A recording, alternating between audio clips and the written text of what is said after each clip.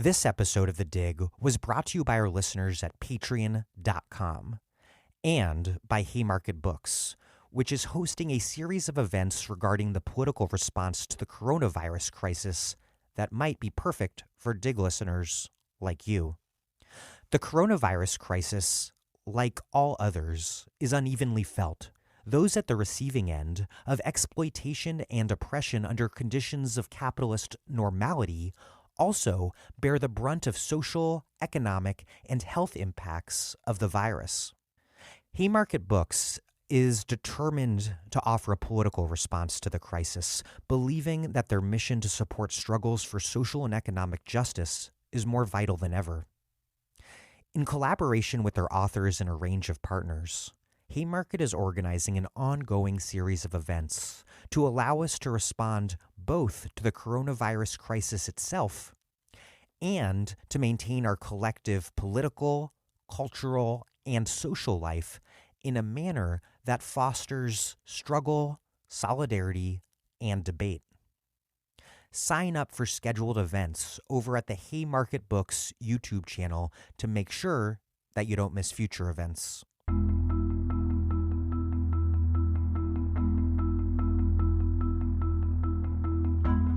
I must confess that I am simply stretched too thin and super beat and cannot post a new episode this week. It happens. But we have tons of incredible stuff coming up, including our very special and fancy narrative series on life and politics under COVID. And today, I'm replaying one of my favorite interviews of all time from the archive. Legendary critical theorist Nancy Fraser on why Marxism requires a total analysis of capitalism that encompasses the totality of the system that we live in and under, beyond a narrowly economistic conception. Throughout its history, capitalism has been defined not just by labor exploitation, but also by the disavowal of that exploitation's own basic conditions of possibility, things like socially reproductive labor done in the home. This has never been more clear than today, as the pandemic has privatized childcare and education work back inside the home, even as parents must continue to work for a wage or to seek new work in order to stave off hunger and destitution. Parents are now at home doing productive and more reproductive labor with minimal to no aid, including parents who are suffering from COVID-19.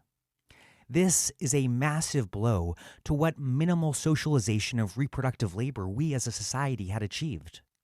For me, Nancy Fraser's work and this interview I did with her helped me think through how we are all currently doing the socially reproductive labor of staying at home and doing social distancing, newly taking on this extra uncompensated work while still living under capitalism's wage regime. And the reason people are doing this, of course, is for the general social good. But that's not, of course, how the benefits are playing out. People aren't receiving any meaningful support. The fruits of this labor are going to capitalists. People, meanwhile, are facing hunger and destitution, all so that there can be a future society with laborers for capitalists to exploit and consumers to whom they can sell products and services. What the coronavirus crisis makes utterly clear is that we all, inside and outside of formal workplaces, do the labor that creates the world that capitalists then feast upon. With this crisis, capitalists and their allies in government have taken this dynamic to an extreme, forcing everyone to perform free labor for elite benefit. What we've got to do then is to fight for a world where our collective labor to tame this pandemic produces equitably shared collective well-being, which of course is the opposite of what's happening right now. I'll keep this short since I'm not giving you anything fresh today, but please do consider supporting this podcast if you have a steady source of income and can afford to at patreon.com/thedig. That is by and large what makes this show possible. And there'll be a new show next week. And most weeks I do give you new shows. That's patreon.com/thedig. Thank you. And here is my interview with Nancy Fraser from an episode first posted on September 12th, 2018.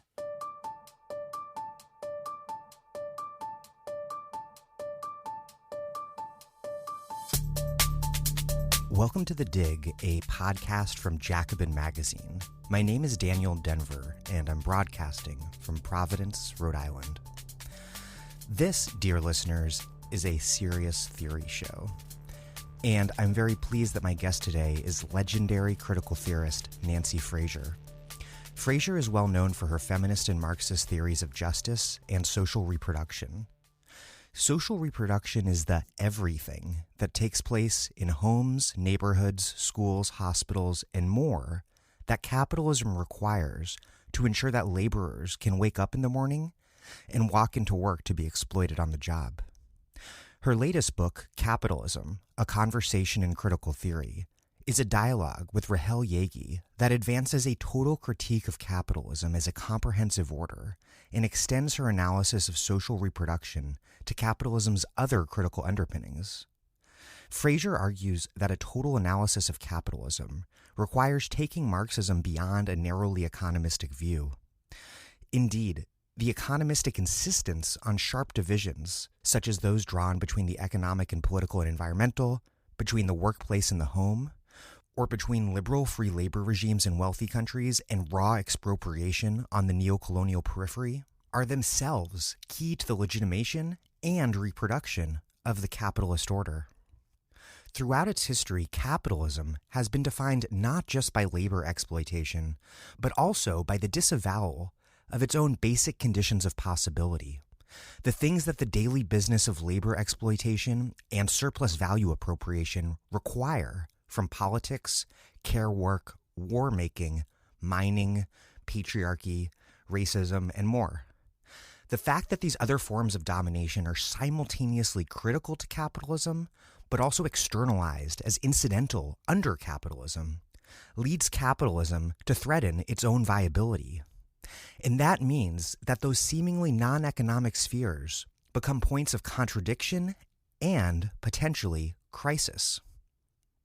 In other words, the very drive to accumulate capital identified by Marx constantly threatens these obscured but absolutely necessary inputs, whether they be oil or childbearing, by failing to pay their full cost, or even by denying that the debts should be billed to capitalists in the first place. We see the results today with two-earner households struggling to tend to their children, a long, multifaceted war that has discredited the post-war geopolitical order, a legitimacy crisis for a system of mass incarceration that functions to discipline and control the surplus from the domestic labor market's racialized lowest rungs, expensive real estate threatened by rising seas, and immigration flows produced by a system that simultaneously requires third world workers to remain poor in the periphery while also requiring them to perform low-wage labor in the core. The class struggle, if we look carefully, is everywhere. And so our ambition can't be a simple return to the New Deal era's family wage secured by a well-compensated working man, because that in turn relied upon a subservient housewife at home, unsustainable natural resource exploitation, and rampantly extractive imperialism across the Third World. Racism, sexism, and an imperialist global geopolity are not incidental to capitalism, but are rather tethered systematically to its very center. Capitalists will find provisional solutions for mounting objective crises that are increasingly becoming subjective ones as well, as people struggle tilting toward both the anti-system left and right to make sense of a system that no longer does. The Clintonian center will attempt to revivify its corpse, having no other options at its disposal save for a politics that once worked but no longer do. Business will promote techno-fever dreams of human liberation from labor and nature as a cover for the most brutal forms of domination and expropriation. The robots might be coming for your jobs, But right now, they are here, and they are making your jobs a nightmare. Capitalism can't liberate itself from its own conditions of possibility, but it can work out new, immiserating, and destructive fixes. It's up to socialists to provide an alternative. Okay, here's Nancy Fraser, a professor of philosophy and politics at the New School for Social Research, and, most recently, the author of Capitalism, A Conversation in Critical Theory, co-authored with Rahel Yagi.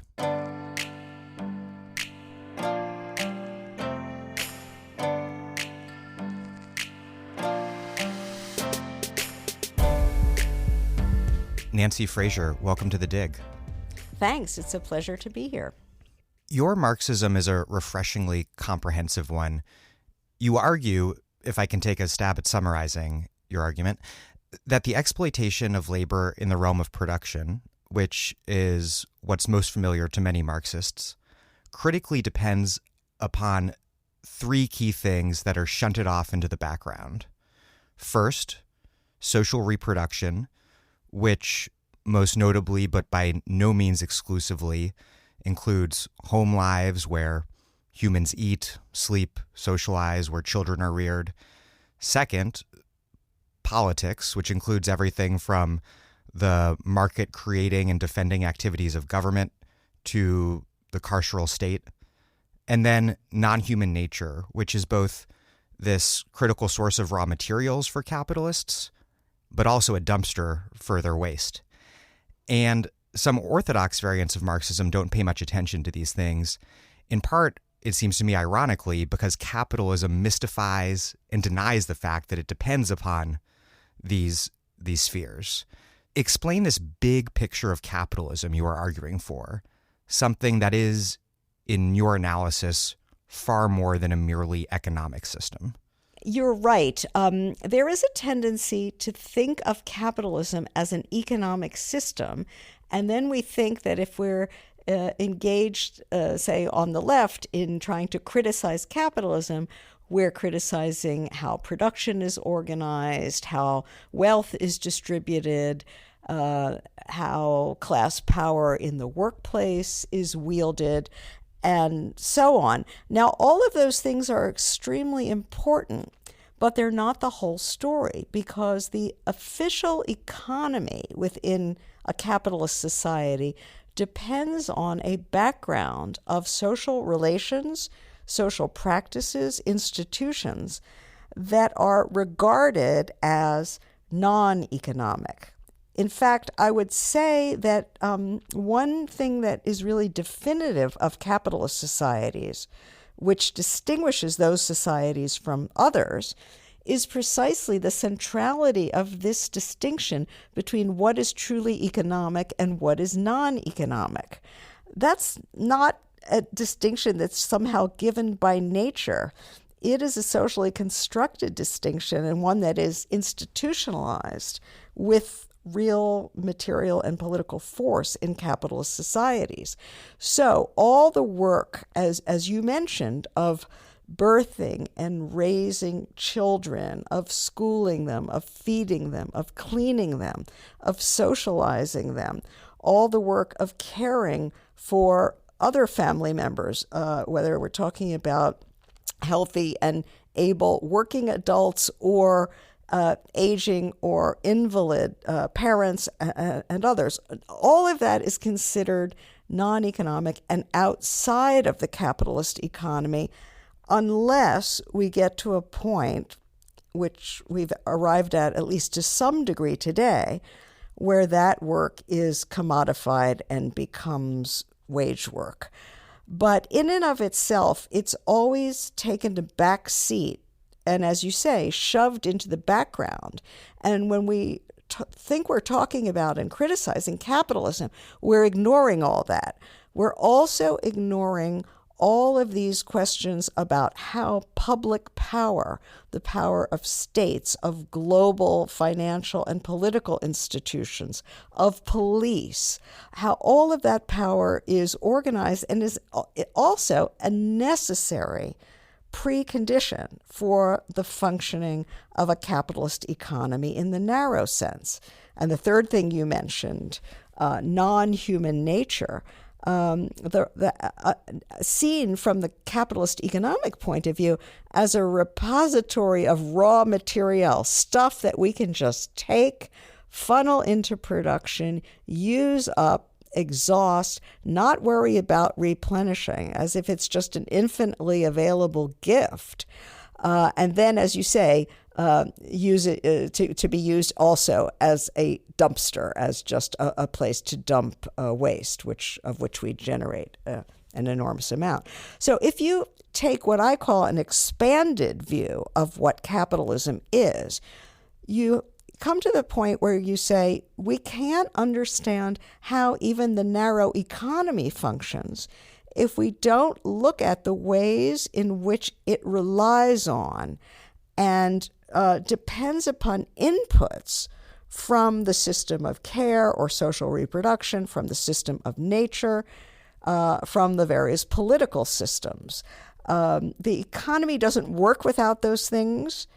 And my proposal is that instead of interpreting capitalism as an economic system, we should see it as the name for something much bigger. I call it an institutionalized social order.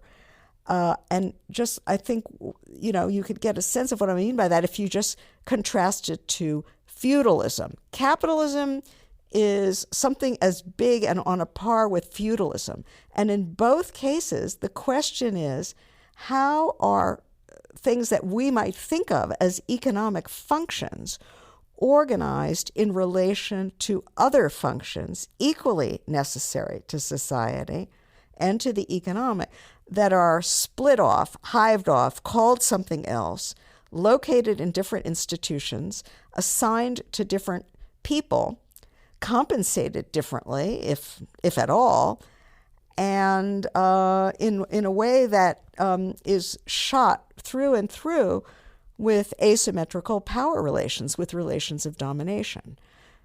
I mean, just to finish this maybe an overly long answer, I would say that the one advantage of taking this expanded view of capitalism is that you get to see how entrenched relations of domination other than the ones that Marxists have traditionally focused on, namely class, understood in let's say, an economistic way, are also inseparable from and structurally grounded in capitalist societies. And that includes relations of gender dominance and subordination. That obviously has everything to do with the division between economic production on the one side and social reproduction on the other. We could say a little bit more about how race and imperial domination fit into this picture, but that too is equally structural, and obviously ecological depredation and destruction is built into this picture. So we've got a broader array of axes of domination, and if I could go on and say also a broader array of flashpoints of trouble and nodes of crisis. There's much more going on in capitalist society than the traditional economistic picture suggests. There's a lot there, obviously, and a lot in your book. And I want to start with social reproduction, which has been the focus of the work for a lot of your career. And I want you to explain a little bit more about what that is and how it differs from forms of patriarchy that have existed outside of capitalism. And then concretely, I'd like you to explain what the crisis, or maybe better put, crises of social reproduction look like in the United States today. Because one core contradiction or crisis tendency in capitalism that you touched on briefly in your first comment there is that the drive to accumulate more capital means that all of these prerequisites that capitalism depends upon but denies are always threatened with commodification and destruction. So I'd like you to lay out these current crises in social reproduction and why it is that capitalism is driven to undermine its very conditions of existence. Sure, absolutely. It's a complicated question, but I think an extremely important one that provides us, if we can get a proper handle on it, with a lot of insight into what's going on today politically in the United States. But let me start with the general issue of what is social reproduction. At one level, social reproduction just means all of the activities and energies and social relations that go into producing, socializing, reproducing human beings, and the social bonds, the everything that sort of connects people to one another in social life. And social reproduction, in this very general sense, exists in every society, in every form of pre-capitalist societies, in socialist societies, and so on. Now, what is specific, though, is how social reproduction is organized in capitalist societies. And as I said just before, the most important sort of starting point here is this idea that we separate it from what we call economic production. In one case, people, quote unquote, go out to work, to an office, to a factory, to a mine, to a field. In another case, they stay at home. So we already have this huge division between the household and the workplace, between the family and the factory. And this division correlates historically with gender, with the sphere of women and the sphere of men. It's this split between production and reproduction that is distinctive, or it's one of the splits that's distinctive about capitalist society. In previous societies, women's work was often distinguished from men's work. They didn't do exactly the same things, but they did it more or less in the same space of the extended household or the village or community. And there was no sense that women's work was somehow occluded, made invisible, seen as not contributing.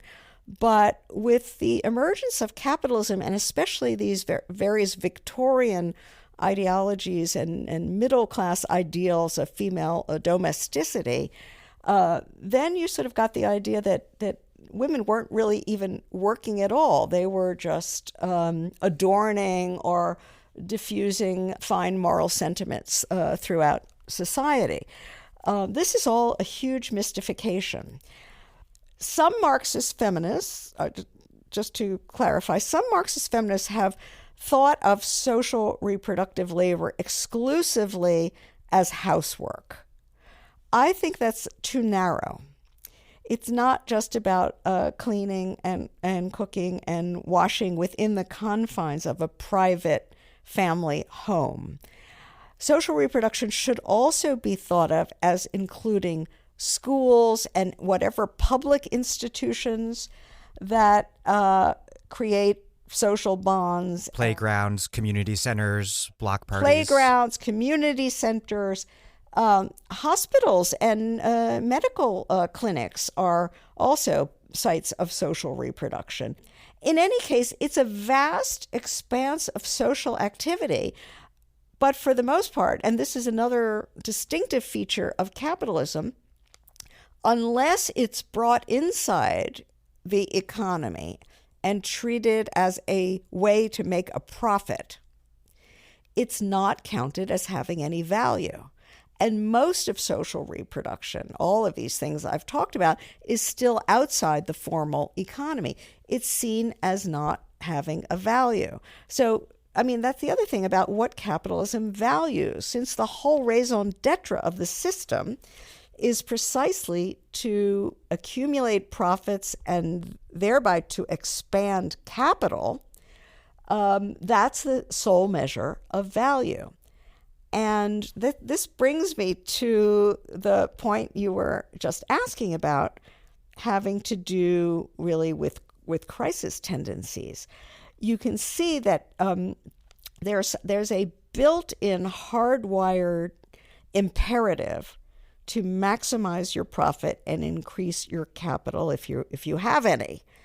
And that means trying to find and touch on inputs that you can use in the process of capital accumulation for which you don't pay at all, or you pay at under the cost of their replacement. Capital is structurally primed to try to avoid paying the replacement costs of the inputs that it utilizes in the process of production, including immaterial production. So that means not paying the full ecological replacement costs of raw materials or of the damage that's done through waste dumping, including carbon emissions. It also means not paying the full replacement costs of the work of social reproduction. So we know that housework has overwhelmingly been unpaid or very poorly paid and underpaid, paid less than the cost of reproducing the woman who performs it. So that difference between what capital gets out of that work, even indirectly, and what is paid for it is a nice little windfall, a freebie that, right, makes capitalist production more profitable.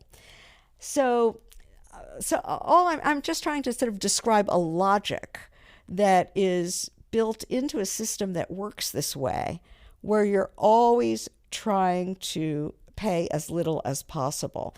So over time, what can happen is that there is a system-wide failure to invest in social reproduction. Capital doesn't want to pay. It doesn't want to pay its workers enough to allow them to pay a decent wage for personal housework, for example, or childcare. Corporations don't want to pay the taxes, generous enough taxes, to fund generous, high-quality public services such as childcare or education and so on. So there's a constant chiseling away at this, and it can go so far under certain conditions that you actually endanger society's capacity to reproduce itself in this human social sense. This is a case of just eating into the bone of something. And we know from, let's say, Engels' great work on the condition of the working class in England, how this looked in the 19th century in an early phase of capitalism, where the new industries were just basically dragooning women and children into factories and mines along with men. In fact, they loved child labor and women's labor because they thought they could pay less, and they thought that these would be docile workers who wouldn't make trouble. In any case, you got in this situation a real crisis of social reproduction, where the working class was really not able to reproduce itself, to turn out laborers with the health and the skills and the human capacities that were needed. And it provoked an enormous amount of political conflict and struggle and organizing, aimed at first at passing, protective legislation and laws limiting hours and minimum wage laws and health and safety laws and so on and so forth. All of that was an attempt to try to draw some boundaries and bolster the processes of social reproduction, which capital left to itself was depleting and destroying. That 19th century sort of... And this is a core crisis tendency that you identify that as boundary struggles. Yes. I coined this phrase, boundary struggles, to try to give a name to a kind of struggle that is built into capitalist society precisely around these institutionalized divisions: division between production and reproduction, between the economy and the political system, between nature and or non-human nature and human society, which is supposed to not be natural. The point is, these are divisions that are definitive and constitutive of capitalist society. They are structural. And they are also points, locations in society where conflict congregates. Where should we draw the line between production and reproduction? These struggles that I just mentioned over protective legislation in the 19th and 20th century were struggles over just that question. And they were at the same time struggles over what's the boundary between the state and the market. Should the state step in and say, no, you have to have minimum wage, you have to have a health and safety regime, you have to have accident insurance, you have to have limit hours, and so on and so forth. These are very familiar kinds of conflicts, but I think it clarifies to think of them as boundary struggles over where to draw the line between reproduction and production, polity, economy, nature, society. And this is, I think that the usual Marxian story about class struggle, while very powerful and absolutely pertinent to our time as well, it doesn't fully account for struggles outside the workplace proper, which could also be thought of class struggles if we had a wider sense of what we meant by class, but that are in any case boundary struggles. But if we go back to the question of social reproduction today, what's very important is that, we've transitioned within the last, say, 50 years to a new form of capitalism. Well, I guess if it's 50 years, it's maybe not so new anymore. But it's been called Neoliberalism. I prefer to call it financialized capitalism. Whatever we call it, it's very different from the previous regime of capitalism, which flourished, let's say, at least in the U.S. from the New Deal and elsewhere, at least in the aftermath of the Second World War. I call that state-managed capitalism. You could call it social democratic capitalism. Some people used to call it monopoly capitalism, many names. But the key idea of that, let's say, New Deal or state-managed capitalism was that the state weighed in support of social reproduction. It said, okay, we're not going to let the pursuit of profit run entirely roughshod over people's ability to have a life and even to generate new workers that capital wants down the line.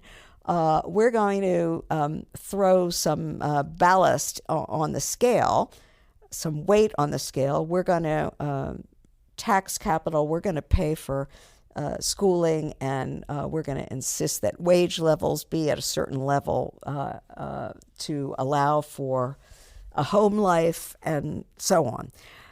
I want to be clear that I am the last person to say that this New Deal or state-managed regime was a golden age of any kind. It was premised on a lot of built-in domination. It was premised on women's subordination, through the idea of the family wage, the idea that a working man should be paid a salary sufficient to support his non-employed wife and children, so that a family should need only one salary, one worker. That's at one level seems like a luxury to us today. But at another level, it was premised on a kind of male-dominated household model in which women were dependent on men. It was also premised on, now we do get to the more traditional sense of imperialism, on the ability of the wealthy states of the capitalist core to siphon value from what was then called the Third World, what we today call the Global South. I want to ask you about the interstate system and imperialism, because that's one of a few different divisions that, if I read you right, are subsets of, though by no means secondary to, the three key divisions that you identify between production and reproduction, economy and polity, and human and non-human nature. And one of these key divisions that is a subset but not secondary is those between domestic and international and core and periphery. And those two divisions are also key because they're reproduced inside the United States and other global North nation states by way of racism and also the racialized legal caste system or segmented labor market of illegalized immigrant labor. Can you explain, you identify race and racism and I think also an unequal predatory interstate system as core features of capitalism. How do they then relate to the three major distinctions you articulate? I said earlier that gender dominance and subordination is hardwired into capitalism as we've known it, and I would say the same is true for racial ethnic dominance and subordination. Racial oppression is not contingently or accidentally related to capitalism, but is structurally inscribed in it. And the reason, as I understand it, it has to do with the logic I was describing a minute ago. And that is, capital has a stake always in expropriating labor forces and raw materials and other assets for which it doesn't fully pay. So you have, on the one hand, capitalism developed in a dualized way historically. On the one hand, you have the iconic working men whom we think of who go to the factory and get a wage equal to the cost of their social reproduction and so on. On the other hand, you have actually a much larger population, a much larger story of people who are not in wage labor in anything remotely like that, but whose assets are simply being seized in one way or another by capital, by imperial and colonial states, or even by their own states in our time. And this is accumulation by dispossession, which is sort of the continuous, persistent version of primitive accumulation, which is more of the historically specific version of it. Exactly. This phrase, accumulation by dispossession, is David Harvey's phrase, and it's a good one. I've preferred, though, to speak about expropriation versus exploitation.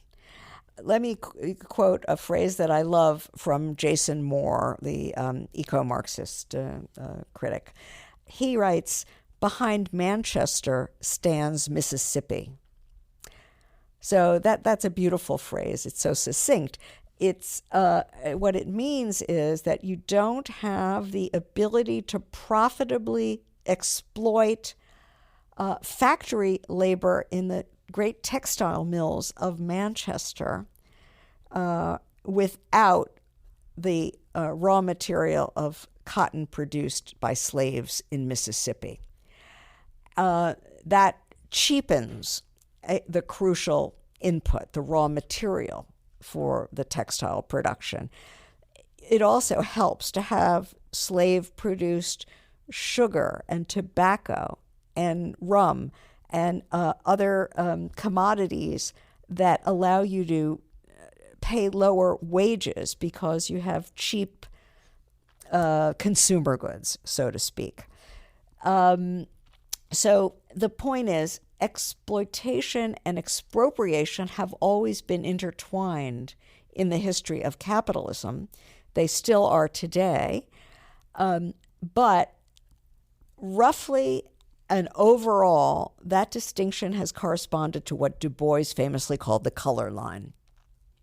It has been overwhelmingly people of color who found themselves on the expropriation side of the boundary, and people who were called whites or Europeans or metropolitans who found themselves on the exploitation side. Exploitation was no picnic, but it's still a more privileged position than that of expropriation.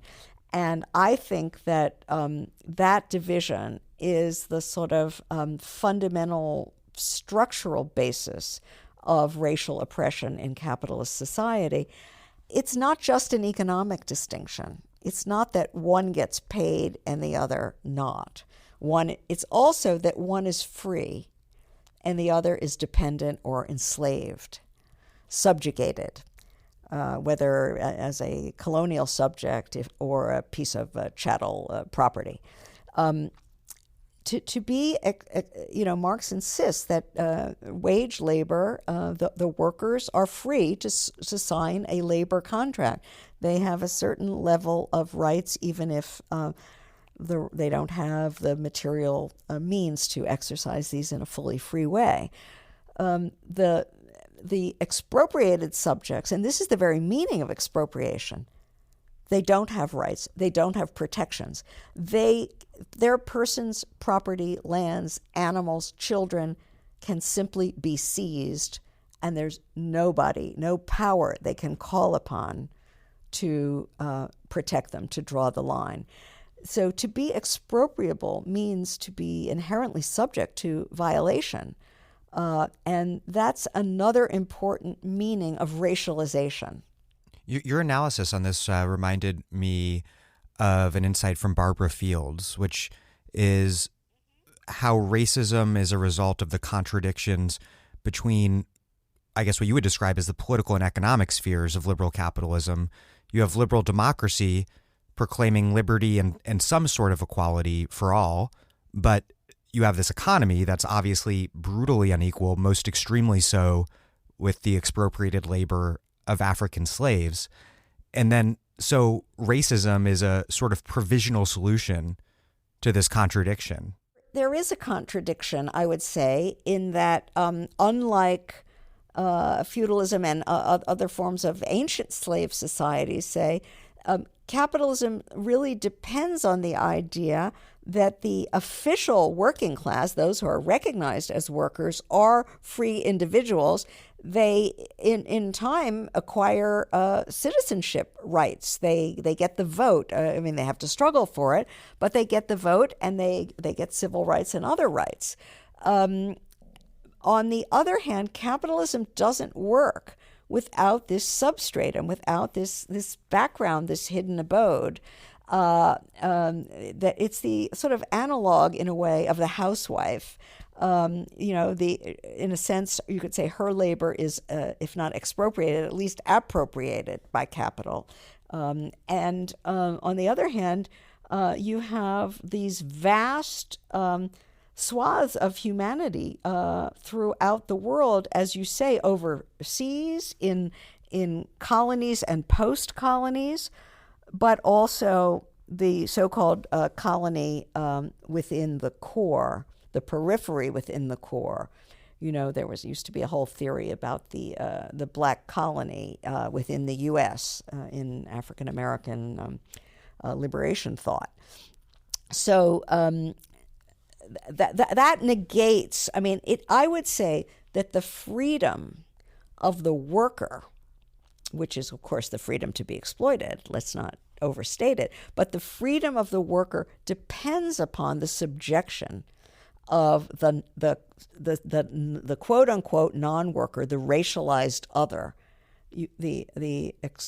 Whatever benefits the exploited have are somehow off the backs of the expropriated, and of course the real benefits don't go to the exploited at all, but to capital. So I think that race is central, and whenever capitalism takes a form in which I would say it always requires both expropriation and exploitation, but whenever it takes the form of assigning those two, let's say, functions, if you like, to two different populations, the result is racialization. A particularly interesting history you sketch out is that you touched on a few minutes ago is how different forms of expropriation by way of things like colonial plunder and slavery also relate to specific forms of environmental dispossession. You describe it, I think, as a relationship between free labor and expropriation on the one hand and fossil fuel energy versus human energy on the other. And I think this kind of like brings together two important aspects of your theory. Can you explain that dynamic and how that plays out, not just between nation states, but within them as well? And that actually might get to your expropriation point that you were just touching on. That's a very important question. I mean, the idea, if we just start by thinking for a moment about energy and how capitalist production, all production relies on energy, then I'm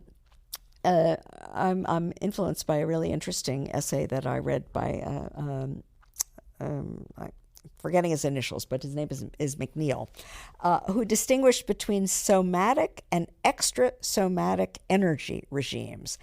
A somatic regime depends upon human and animal bodies to convert, let's say, solar energy, chemical energy into mechanical energy, and then to use that to labor.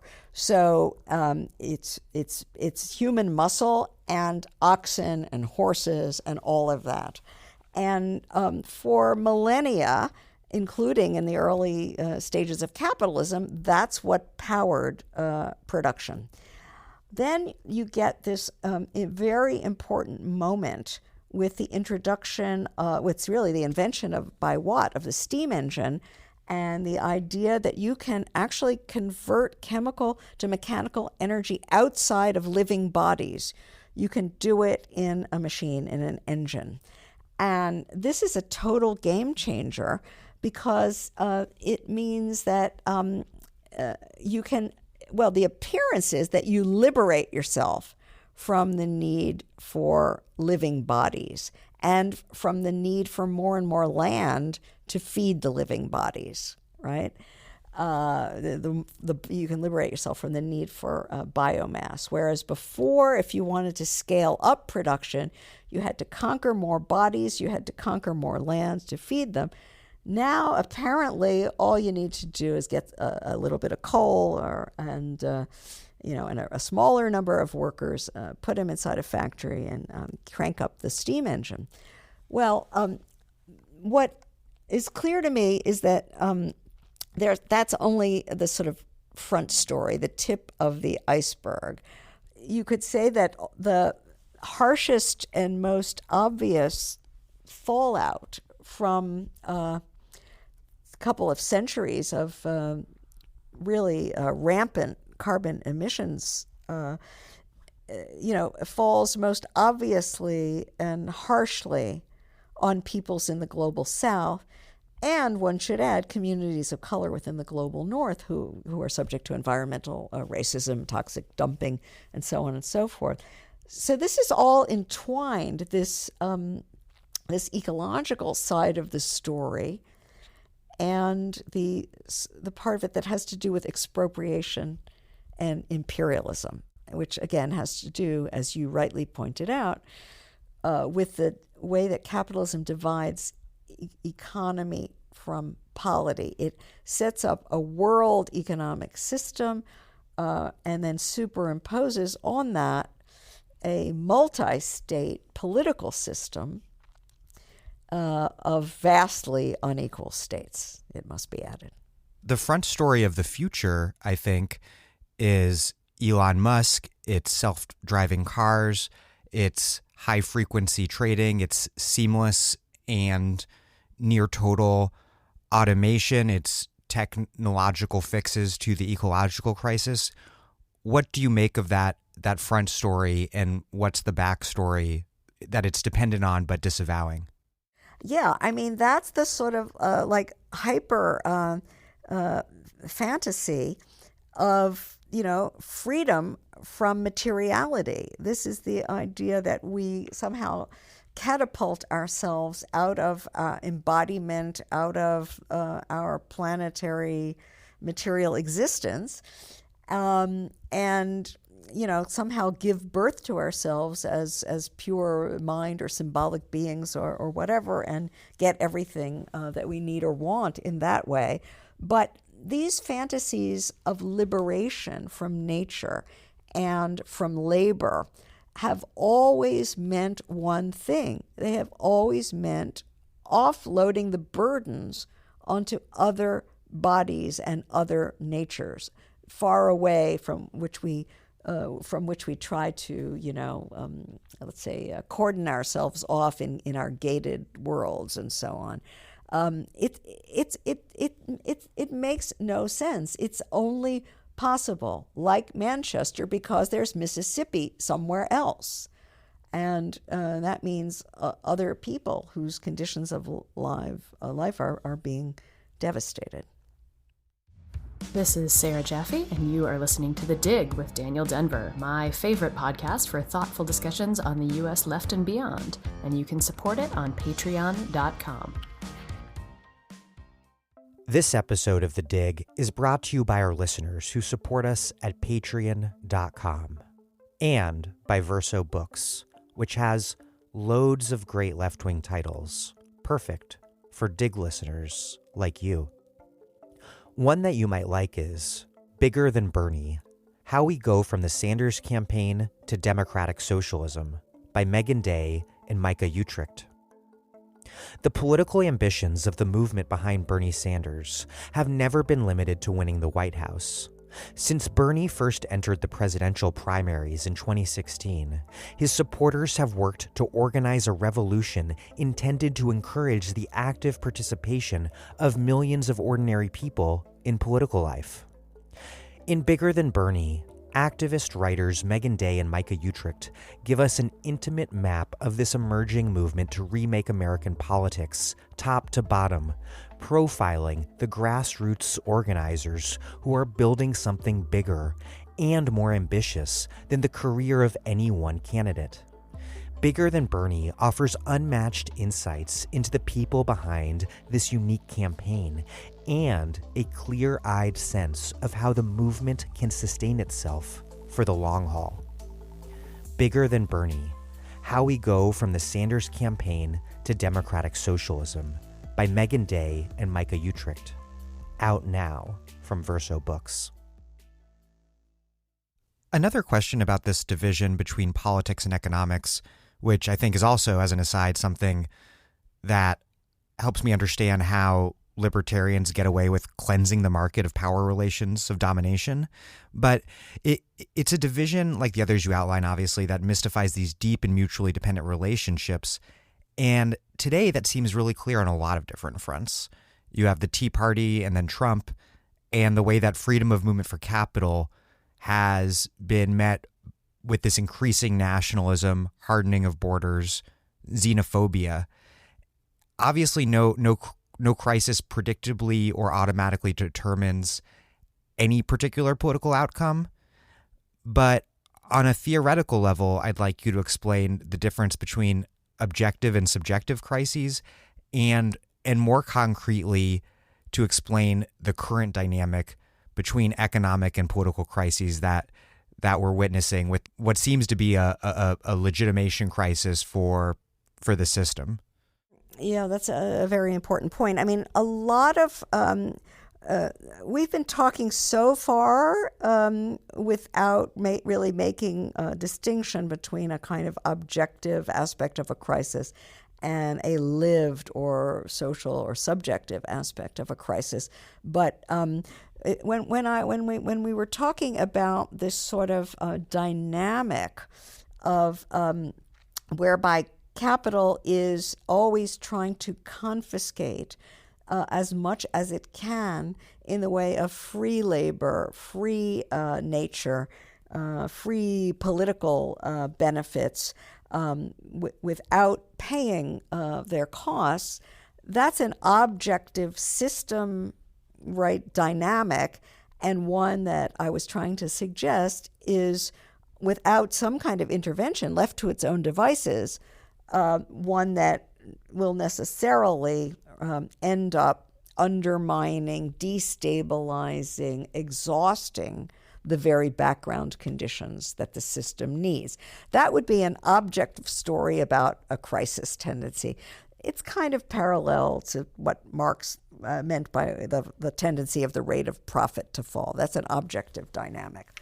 On the other hand, when we talked about class struggles and boundary struggles and all of that, we're talking about how people react to the playing out of the objective tendencies, how they respond. Do they register that there's something really negative going on or not? Do they actually think it's a crisis or not? And what it means to think it's a crisis is to think this is not accidental, that these bad things are going on, but there's something about the system itself that is generating them, and that this system could be changed, and that we stand at a crossroads and might be willing to undertake the responsibility to organize collectively to change them. That's all part of what it means to react subjectively and to assume the burden of calling something a crisis and responding to it in that way. And I would say that today, the present form of capitalism, you can call it neoliberal, globalizing, financialized capitalism, has brought us to, in a very acute way, to an objective crisis. We have all kinds of indicators of that, even including decline of life expectancy for important segments of the population in the United States. So there's definitely an objective crisis going on. And it is more and more being registered by people as such.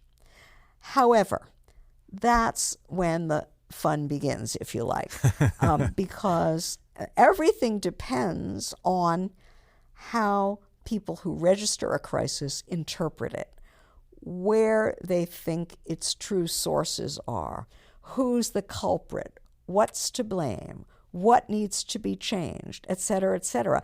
And at any moment, historically, there is more than one such story around.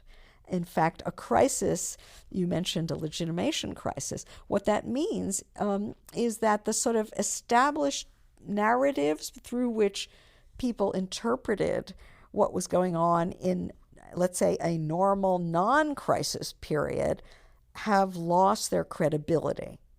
So you could say there's a breakdown of hegemony of the dominant narratives and meanings that and schemas that people use to interpret. And when that happens, you get a rush of alternative schemas, narratives, stories that flood into the public sphere. And you get what can be a wild competition among them to establish a counter-hegemony, another dominant narrative. I think that's exactly what's going on today. The flood of new people into Jeremy Corbyn's Labour Party in Britain, the success of Podemos in Spain, and on and on. I mean, these are counter attempts to get in there with an alternative narrative. And we have Ocasio-Cortez and Cynthia Nixon's challenge. Right. There's definitely a countervailing energy that began. We could look at antecedents going back to the anti-WTO protest era, to Occupy and Black Lives Matter, but then through Bernie Sanders and really the way Bernie Sanders, that energy reacts to Trump's election, and the way Trump's election really more totally delegitimates a sort of Clintonian version of what you call progressive neoliberalism. Yeah, I think to understand this, we do really have to talk about what I call progressive neoliberalism, and I mean the failure, which is so apparent today. So there's a veneer of progressive and seemingly egalitarian, emancipatory aspirations that got tied up. And I do think Bill Clinton is the key architect of all this with the so-called New Democrats. It got all tied up with a political economy that created NAFTA, the WTO, repealed Glass-Steagall, all the ways in which it basically invited industry to decamp and finance to metastasize. So obviously that political economy, which we've had, 30-some years of, has really clobbered the U.S. working class. And when I say working class, I mean that in the broadest sense. I don't just mean construction workers, factory workers, miners, and drillers. I mean the whole working class, which includes obviously people of color and women and immigrants. So the working and many parts of what people who would call themselves middle class have been clobbered by this political economy. An important segment of them, this was Trump's genius, but he didn't invent it. An important segment of them associate that political economy with feminism, multiculturalism, coddling blacks and immigrants. And it's not crazy, because those social movements, or again, as I say, the mainstream conventional segments, were allied with those governments and with those corporate forces. Your argument on this point near the end of the book is really interesting. You write that this prior hegemonic political order was this divide between progressive and reactionary neoliberalism. That dynamic, as we've discussed, exploded in part due to these left and right populist challenges from Sanders and Trump. But since taking office, obviously, Trump has in so many ways doubled down on neoliberalism. His biggest legislative accomplishment to date is just the most standard Reaganite Republican tax cut imaginable. And your argument is that as a result of that, maybe, he has doubled down on his reactionary social politics and xenophobia. And I think that's a really compelling argument, especially like seeing his behavior in the lead up to the midterm. But even more, the analysis of yours I find even more interesting, and that I hadn't quite thought of as such before, is that ironically, the sort of liberal neoliberal resistance figures and Trump are in some ways involved in the same quixotic effort, which is to reinstate this already destroyed hegemonic political order that just divides, which makes either progressive or reactionary neoliberalism the only choices. Yeah, that's exactly right. I do think prior to the sort of Sanders-Trump moment, we had a situation in which we had two choices, a reactionary neoliberalism or a progressive neoliberalism. Granted, you could choose between ethno-nationalism and multiculturalism, but you were going to be stuck either way with financialization and deindustrialization.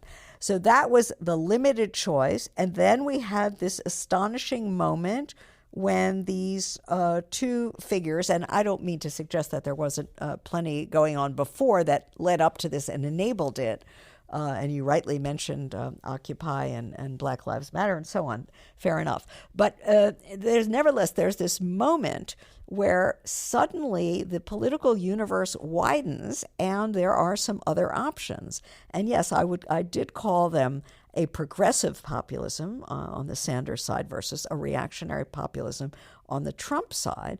Now, Trump in power is another story. The old bait and switch. The economic side of the populism goes, as you say, and he doubles down. So I said what he really gives us is hyper-reactionary neoliberalism. And you're right, the so-called resistance, at least, you pointed out already, I mean, there is a big battle going on between a Clintonite wing and what you could call a Sanders wing for, what this resistance is going to look like. And I would say that the Clintonite wing, its aim, I think, is to restore the status quo ante, meaning to reinstate progressive neoliberalism. That, to me, is such a devastatingly bad idea. I mean, all that does is recreate the conditions that created Trump and prepares the way for future Trumps, even more horrible Trumps. And believe me, there can be more horrible Trumps than this one. It's a devastatingly bad idea, but it's also a very predictable one, because in a legitimation crisis, it's no surprise that the actors in the discredited order have no tools but the ones that used to work to resort to. There's a tendency in situations like this for people to feel they need to close ranks and, fight the fascist menace. Well, we should, first of all, talk about whether fascism is even the right word. I doubt that it is. But in any case, we're not at a point where closing ranks is the only sane thing to do. I mean, there are moments do come up in history where you have to do that. This is not one, or at least not yet.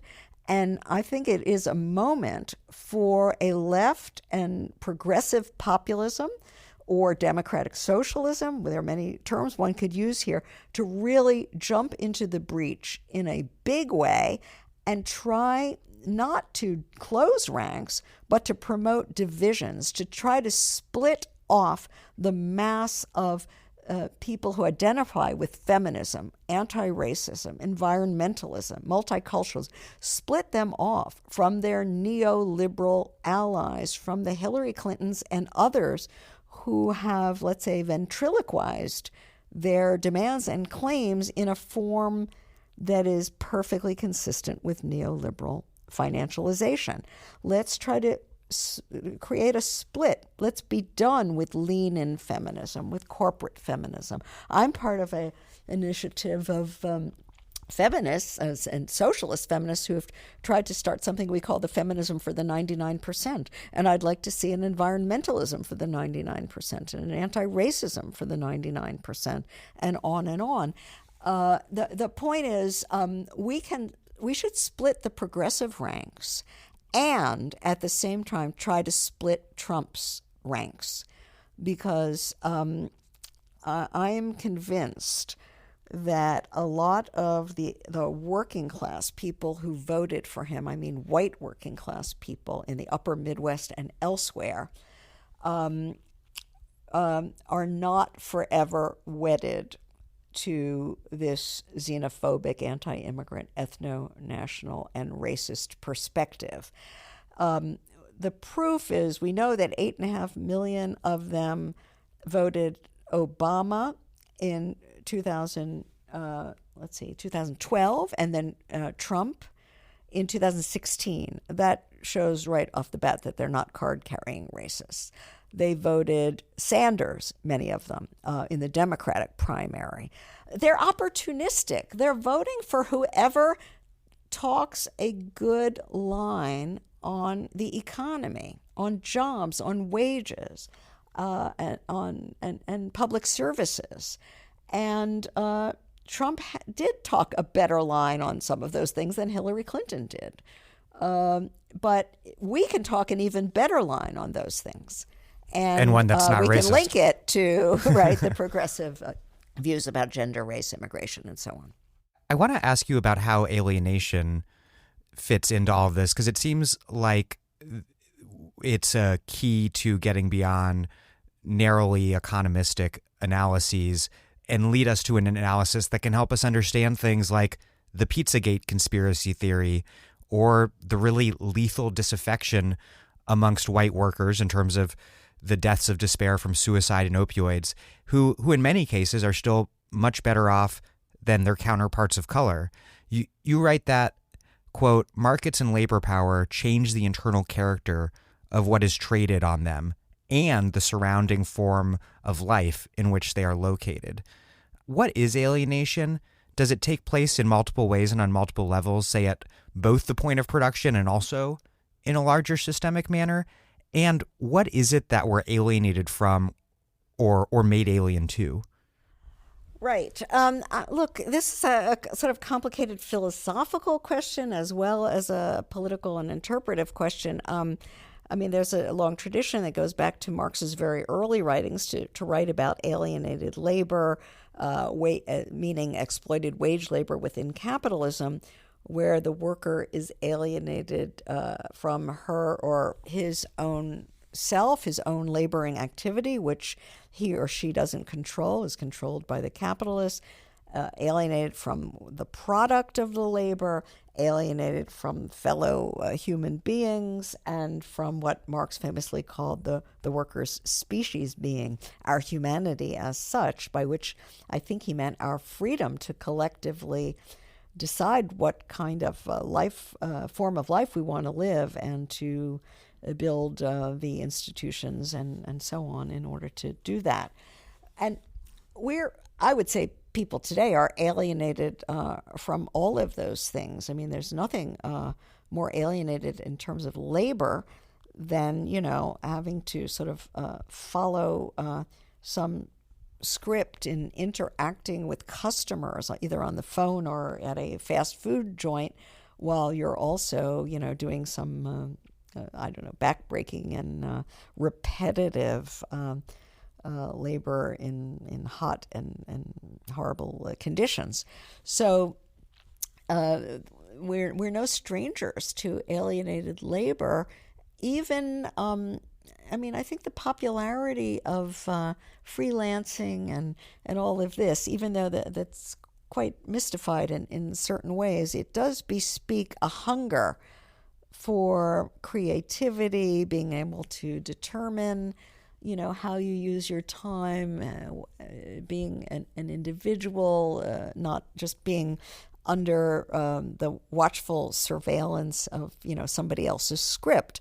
All of that is important. But I would say the deepest meaning of alienation and being unalienated has to do with freedom and democracy, meaning capitalism basically steals from us not just our labor and energy, but our ability to decide collectively the most important questions about how we want to live. How hard do we want to work? How many hours? How much leisure do we want to have? What do we want to leave for future generations? How do we want to relate to non-human nature? What should we do with the social surplus that we collectively produce? These are the fundamental questions about the shape of our lives, and they are decided now essentially by a small handful of people who appropriate the surplus we produce and basically use market mechanisms to invest it for the sake of maximal expansion, on and on and on and on. In other words, we live in a society where Elon Musk gets to decide that he's firing a car into space for fun, and that's how our social wealth is is being used. Exactly. Absolutely. Whereas there might be many, many other things that we would prefer to do with that wealth. We might even prefer to produce less wealth and to live more simply and companionably and socially and easily, in a more relaxed way. I mean, absolutely. So, the freedom that people speak about in liberal democracy that we have is so poor. It's so limited. It's so paltry. And this is even apart from, the compromise of voting registration and money in politics, just the way the agenda is defined to exclude all the most fundamental questions, to let Elon Musk decide them. It's such a poor and paltry thing. And we could have such a freer and a more democratic life, but that's not compatible with capitalism. Two other things that I want to discuss with regard to social reproduction. First, the politics of immigration. As anthropologist Leo Chavez, and I'm sure many others as well, have suggested, it's something that's very much enmeshed in questions of social reproduction. On the one hand, there's the notion that Latinos, and Latinas in particular, because of higher birth rates, pose a demographic threat. Representative Steve King, who's this leading nativist Republican from Iowa, infamously tweeted, "We can't restore our civilization with somebody else's babies." It was obscene, but quite exemplary, I think. And then on the other hand, you also see this in immigration enforcement with the recent policy of family separation. Could you talk a little bit about nativism as a social reproduction, nativism, xenophobia, racism as a social reproduction crisis? It's such an interesting question, and there are so many complexities because historically, when the ideas about reproduction have been racialized, what people want to produce is, let's say, a pure white race of people, et cetera, et cetera. But they periodically have always needed people of color to do the grunt work for that. I mean, that's what slavery is all about, for example, to do the grunt work of caring for the babies, of cooking the food and all of that so-called house slave labor, as well as the food production and other forms of production.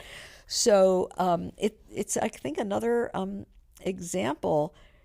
I mean, you actually don't really find people who are consistently segregationist in this sense and who don't still want to freeload and free ride off of people of color.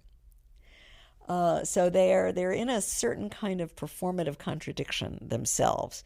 And the other really interesting thing, and which I think creates a real dilemma for the left, it is above all global corporate capital that wants more immigration.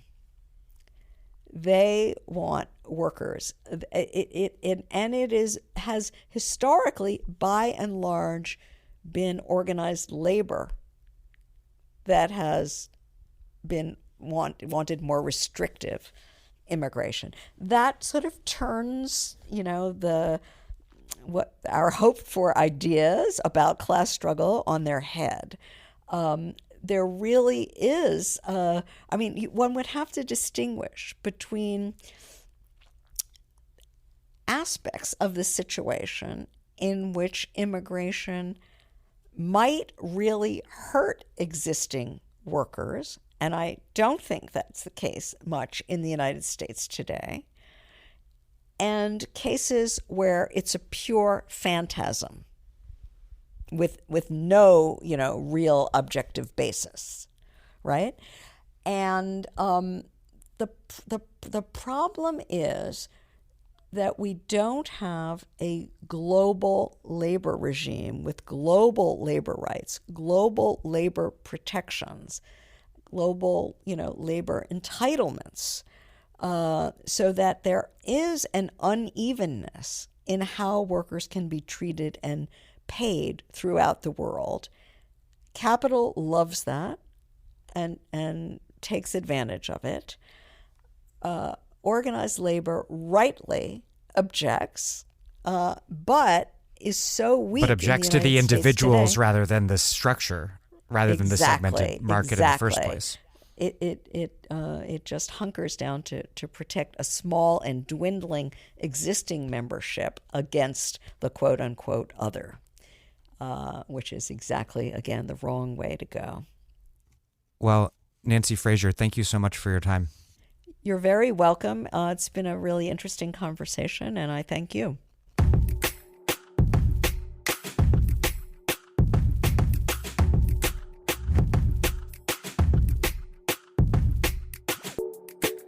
Nancy Fraser is a professor of philosophy and politics at the New School for Social Research, and, most recently, the author of Capitalism, A Conversation in Critical Theory, co-authored with Rahel Yagi. Thank you for listening to The Dig from Jacobin Magazine.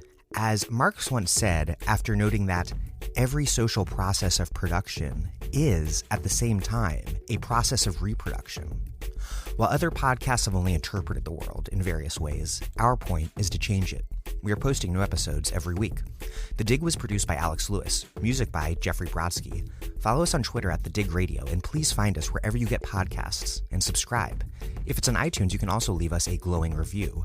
Those reviews help introduce us to new listeners. What also does that is you telling your friends about the show. Please make propaganda for us. And also please do find us at patreon.com/thedig and make a monthly contribution to keep this thing going. Even a few bucks is a huge help.